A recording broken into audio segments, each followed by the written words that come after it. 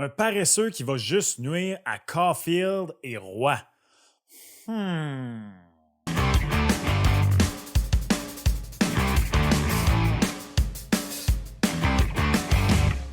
What's up tout le monde, c'est ton boy Max, bienvenue à une autre vidéo. Kent Hughes a flexé ses pipes avec la transaction Patrik Laine. Alors en son honneur aujourd'hui, moi aussi, pas de manche. Est-ce que j'ai l'air d'un douchebag? Oui. Est-ce que ça m'importe? Non. Si tu veux de l'analyse hockey en veston-cravate, ouvre ta télé. Bref, je vous ai déjà dit ce que je pensais de la transaction Patrik Laine. Si tu as raté cette vidéo et que ça t'intéresse, tu peux cliquer juste ici pour aller l'écouter avant d'écouter celle qui suit. Tout a été dit sur la transaction. Bon, c'est pas vrai, on est au Québec. On va continuer de parler de cette transaction-là probablement pendant tout le temps que Laine va être à Montréal et même après. Allô Piqué chez Weber. Barbecue! Allô Joe Drouin, Mihail Sergachev. Allô même Scott Gomez, Ryan McDonough, dans le fond. Allô toutes les grosses transactions finalement. Mais maintenant, ce que je veux savoir, c'est ce que vous en pensez, les fans. Alors, j'ai ouvert ma dernière vidéo dans laquelle je donne mon opinion sur la transaction Patrik Laine et je lis vos commentaires. On y réagit ensemble. Vous voulez réagir aux commentaires des autres personnes qui vont regarder la vidéo? Laissez-moi savoir en commentaire ce que vous pensez de tout ce qui va être dit dans les prochaines minutes. Mais juste avant de poursuivre avec vos réactions à la transaction Patrik Laine, si ce n'est pas fait, s'il vous plaît, abonnez-vous à la chaîne. Dans la dernière semaine, au moment de la publication de la vidéo, vous êtes plus de 1300 à vous être abonnés. Et malgré tout, 61% des gens qui écoutent les vidéos sur la chaîne ne sont pas abonnés. Qu'est-ce que t'attends, s'il te plaît? Fais plaisir à ton boy, ça m'aide. J'ai l'intention d'aller à temps plein sur YouTube dans la prochaine année. Et pour ça, ton boy a besoin de ton aide. Alors s'il te plaît, si ce n'est pas encore fait, abonne-toi à la chaîne immédiatement. Et sans plus tarder, on retourne à la vidéo. On débute avec James Mustaine, 2482, un fan de Megadeth. Oui, monsieur. J'aimerais ça que Kent Hughes me fasse à manger. Meilleur cuisinier que j'ai vu de ma vie. Let Kent cook! Laissez Kent Hughes cuisiner. Blague à part, jusqu'ici, le bilan de Kent Hughes est très bon. J'en ai parlé dans ma dernière vidéo. À mon avis, il y a très peu de chances que la transaction Patrik Laine, même si ça ne fonctionne pas, pète d'en face de Kent Hughes, un peu comme exemple la transaction Jonathan Drouin, Mihail Sergachev pour Marc Bergevin, un peu comme Mike Ribeiro contre Yanni Ninima dans le cas de Bob Gainey, puisque, contrairement à Mihail Sergachev, contrairement à Mike Ribeiro, on n'a pas donné un joueur qui a démontré le potentiel qui allait peut-être exploser et devenir un membre important d'une formation dans la Ligue nationale de hockey, même si, comme je l'ai dit, j'aime beaucoup Jordan Harris. QC donne Vito 45-05. Le pire scénario serait qu'il connaisse 2 grosses saisons de plus de 40 buts. Ça me semble pas un mauvais scénario. Qu'il signe un gros contrat avec Montréal de 9,5 millions et qu'il recommence à jouer à Fortnite. C'est très drôle. Honnêtement, je pense que s'il avait vraiment à remontrer ce qu'il avait fait dans ses 2 premières saisons dans la Ligue nationale de hockey. Admettons, allons vraiment dans le meilleur des scénarios. Patrik Laine à Montréal, 2 saisons de 45 ou 50 buts et plus, au-dessus du point par match. Je pense que rendu là, il y aurait 2 scénarios. Il est reconnaissant, content du scénario, de la situation dans laquelle il est à Montréal et signe un contrat quand même avantageux pour l'équipe. Ce serait quoi rendu là un contrat avantageux pour l'équipe? Probablement 8,5 millions de dollars, 9 millions peut-être. Tout va dépendre d'à quel point le plafond salarial augmente dans ces années-là. Et sinon, je pense qu'on le laisserait aller. Je pense carrément qu'on le laisserait aller, même que, dépendamment où on serait à l'an 2, donc en 2025-2026, à la date limite des transactions, au classement, qui sait, peut-être même qu'il peut être monnayé. Who knows? Je serais très, très surpris de ce scénario-là, pour être bien honnête. Mon QC donne Vito QC. QC? Toi, vous, bonjour. Farmer Lalande. Bonjour, monsieur le fermier. Fais les trios. On ne regardera pas les trios. Prochaine vidéo, on va regarder où Patrik Laine cadre dans la formation du Canadien de Montréal. Gabriel Boulian, 55-25. Aucun risque pour moi. Columbus avait les mains liées. Kent a pris avantage d'une situation qui fit dans son plan qu'il suit méticuleusement. Tout ce que j'ai à dire, c'est chapeau Kent. GHG. On était à une lettre près que ce soit awkward. Go Abs Go, j'imagine. Bien d'accord avec cette affirmation. En effet, Kent Hughes a fait un pari dit Testimonium 65-96. Lainé, c'est un joueur de grand talent. Son intégration au sein de l'équipe n'est pas encore faite, mais j'ai confiance que ça se passera bien parce que Lainé a clairement affirmé récemment qu'il se sentait très motivé à l'idée de jouer à Montréal. C'est bon signe. Le cœur y sera. On attend avec impatience de voir ce que ça va donner. Ouais, depuis ce temps-là, il y a eu quelques points de presse. Il y a Herbert Jacquet qui a rencontré les médias. Il y a Nick Suzuki. Si j'ai bien compris, Patrick Lainé est déjà intégré dans le group chat. C'est très bien. D'ailleurs, je ne sais pas si vous avez eu la chance de voir. Patrick Lainé s'est entraîné en Floride cette année, cet été, avec beaucoup de joueurs de la NFL. Tout le temps, je ne suis pas le genre à me laisser impressionner le plus par les vidéos d'entraînement hors saison parce que tu es un athlète professionnel, c'est partie de ta job. Mais on voit à quel point le gars, c'est un monstre. Si, je le répète, s'il est capable de revenir en santé, pour moi, c'est la clé pour Patrick Lainé. Incroyable comme transaction, Lainé et un choix de deuxième ronde pour Jordan Harris. WTF, Kent Hughes, un maître négociateur, il ne fait aucun doute. S'il y avait encore des gens qui doutaient, Darnell Nurse vous envoie des salutations. Tching! Bon, c'est très positif jusqu'ici. Y a-tu du négatif? Allons voir. Est-ce qu'on est capable de trouver un commentaire négatif? Honnêtement, c'est très, très positif pour Patrick Lainé, la transaction. Bon, c'est pas nécessairement négatif, mais Dominique B, 22-24, très bon, Max. Merci. Je suis d'accord avec toi pour le faible risque. Je croyais tout de même que le Canadien se devait de terminer bas au classement pour espérer repêcher un bon joueur. Qu'en penses-tu? Est-ce si grave si on repêche plus haut? Respectueusement, moi, j'étais pas d'accord avec toi sur celle-là. Pour moi, c'est l'année où le Canadien doit se battre pour une place en série. C'est pas la première fois que je le dis. Je viens de parler de Nick Suzuki qui a rencontré les médias. C'était dans un point de presse d'un tournoi de golf qu'il parraine. Il est tanné de perdre.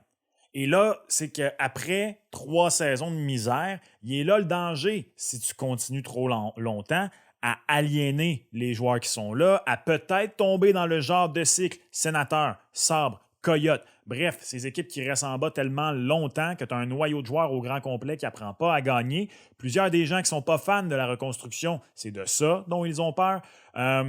Donc, pour moi, non, c'est plus le temps de repêcher top 5. On est allé chercher David Reinbacher, on est allé chercher Juraj Slafkovský, on est allé chercher Ivan Demidov.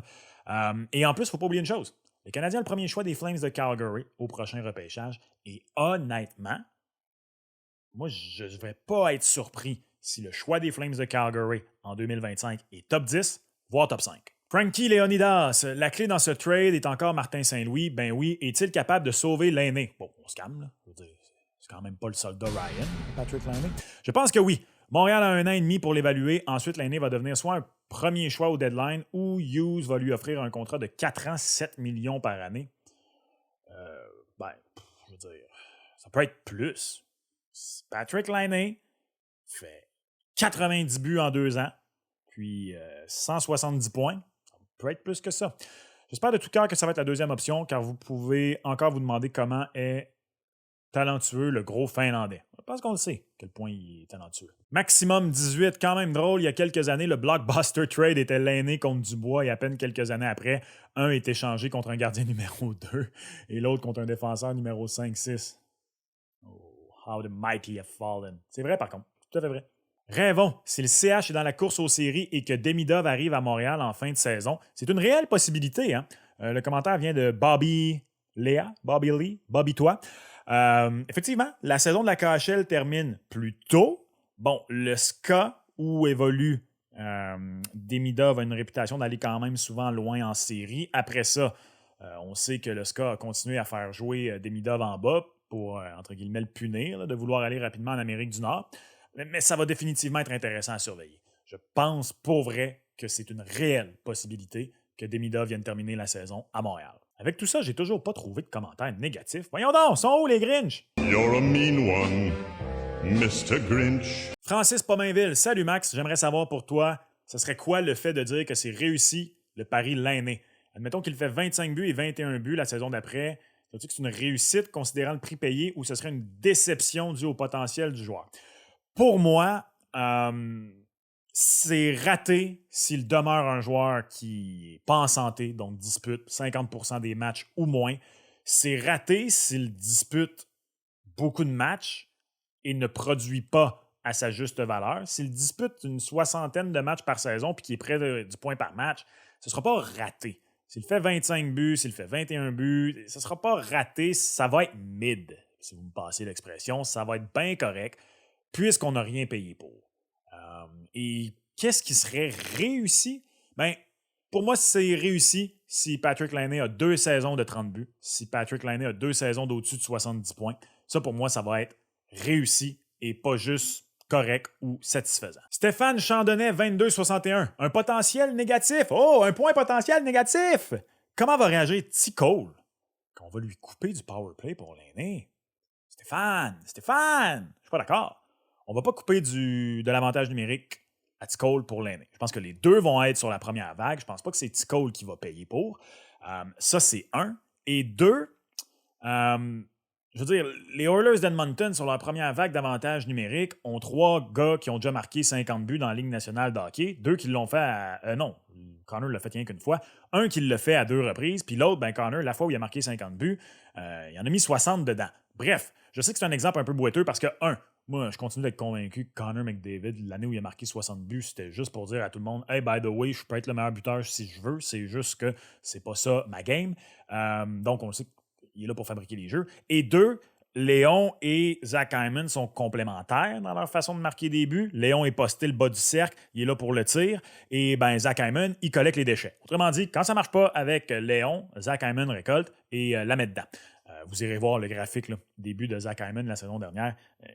La très grande majorité, au-dessus de 90%, était marqué là, autour du demi-cercle du gardien. C'est phénoménal. Dans le cas de Caulfield et Laine, c'est vrai que les deux, leur principal atout, c'est leur tir. Ceci étant dit, la saison dernière, Cole Caulfield, particulièrement en début de saison, ça a moins bien été. Pourquoi? Son pourcentage de tirs réussis, son pourcentage de buts marqués par rapport au nombre de tirs qu'il prenait était en grande diminution par rapport aux années précédentes. Est-ce qu'il tenait son bâton trop serré? Est-ce que soudainement, il y avait plus d'attention sur lui? Je pense pas. Je veux dire, il était tellement attendu dans la Ligue nationale de hockey qu'il y a de l'attention envers lui depuis le début.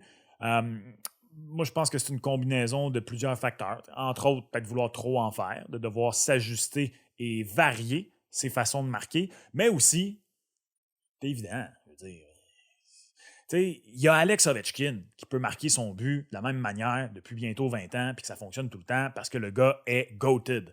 Même si l'aréna au grand complet, c'est où la rondelle s'en va pour l'avantage numérique des Capitals de Washington tous les soirs.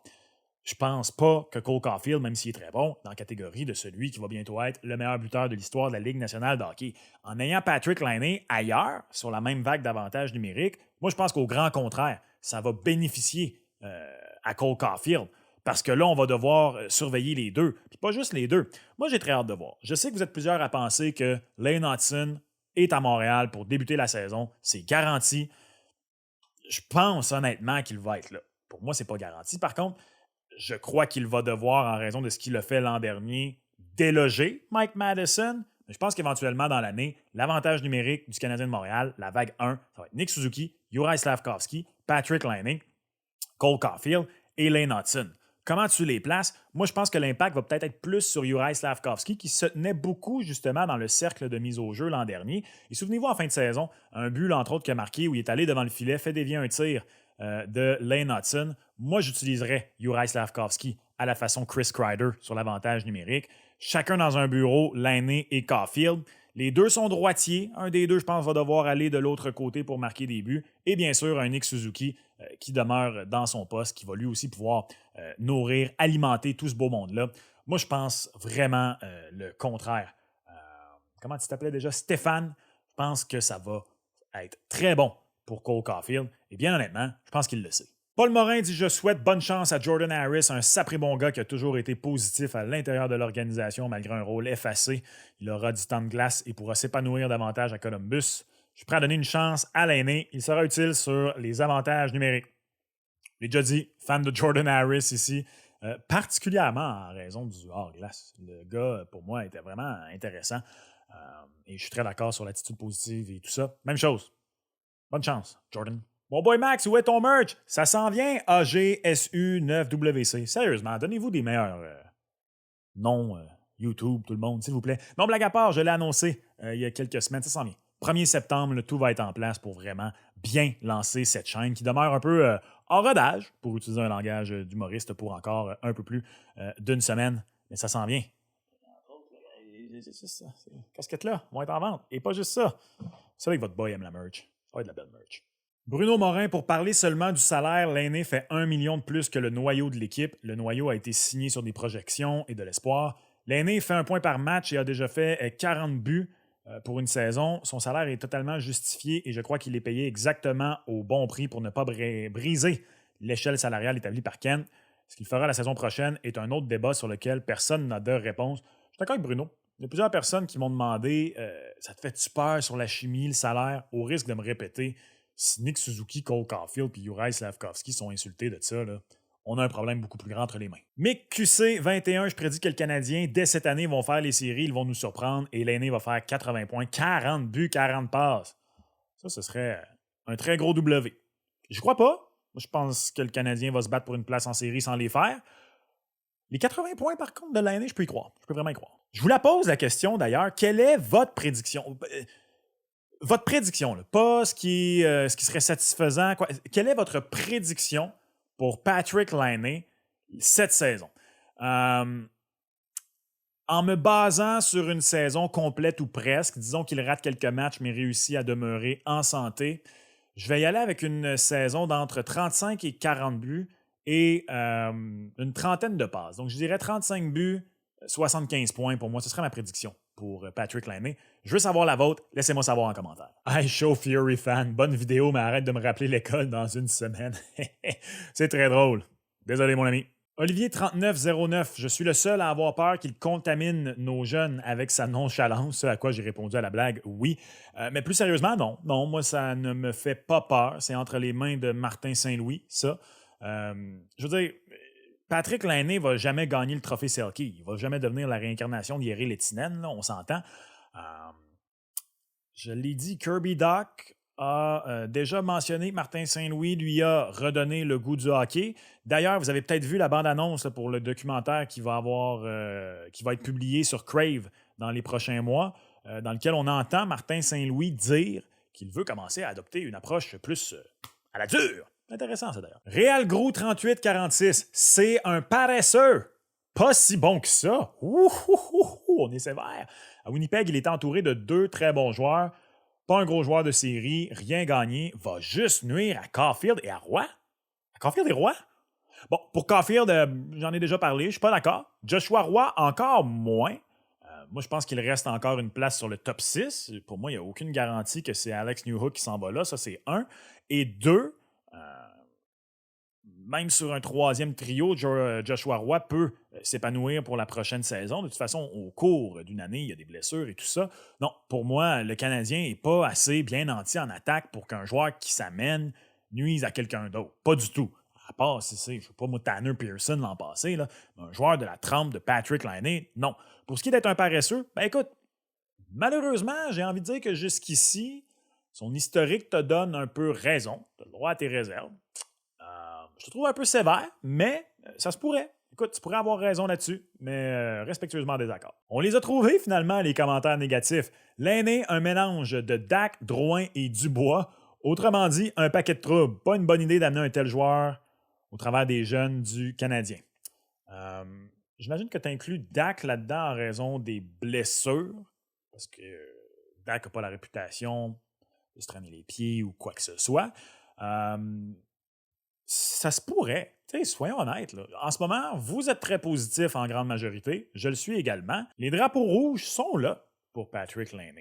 Alors, je comprends parfaitement tous ceux qui ont des réticences. On va voir. Moi, j'ai des raisons d'être confiant. Dans les derniers commentaires, je ne suis pas d'accord sur dire que c'est un gars qui n'est pas si talentueux que ça. Là. S'il y a une chose, c'est le contraire. C'est un gars d'énorme talent qui, pour des raisons, entre autres de blessures et hors glace, ça n'a pas fonctionné ces dernières années. Voilà donc un récapitulatif de ce que vous pensez de la transaction Patrik Laine. Êtes-vous d'accord avec les autres partisans du Canadien de Montréal? Est-ce qu'il y a un commentaire dans ceux-ci qui vous a particulièrement marqué? Je vous pose la question.